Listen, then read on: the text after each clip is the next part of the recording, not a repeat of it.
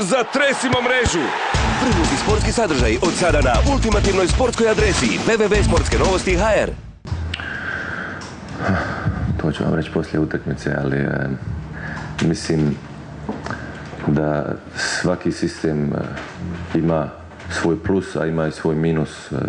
Sigurno Njemci to dobro rade, oni su poznati po svemu tomu da idu po špagu, ali ako se mi znamo ili budemo znali nametnuti ko što želimo, onda će biti njima teško. Nije to samo da je to jednosmjerna ulica, nego je to dvosmjerna.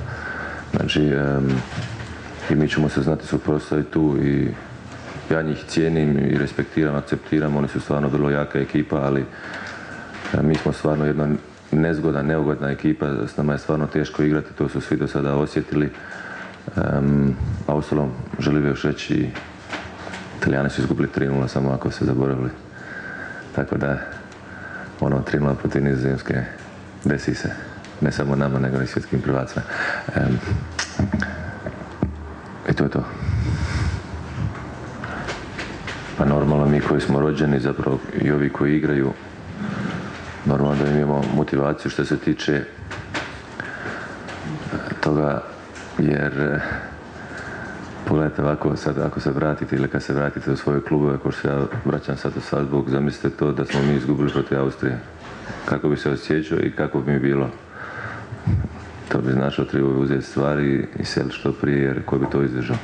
I tako će biti momcima koji sad se vraćaju u Njemačku igrati. Normalno da oni ne žele doći s porazom u svoje klubove jer znaju šta ih čeka. Tako da je to dodatna motivacija uz ova 3 boda normalno koji nam puno značili. Jer to bi možda i čak značilo da smo i prošli u skupinu.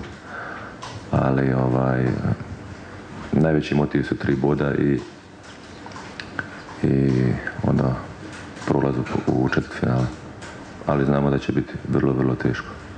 Možemo, apsolutno. Ja ne znam zašto uvijek svi misli da mi ne možemo trčati. Mi smo trčali, ja sam isto vidio sve podatke što se tiče UEFA i mi smo tu bili na jednoj razini. Mi nismo niti više niti manje trčali. To se, ja mislim, ako se pogleda sve utakmice, tu smo mi svi tu negdje oko 10, 11, 12 km. Dobro, normalni. Ovi momci koji su od zada manje trče nego ovi koji su u sredini.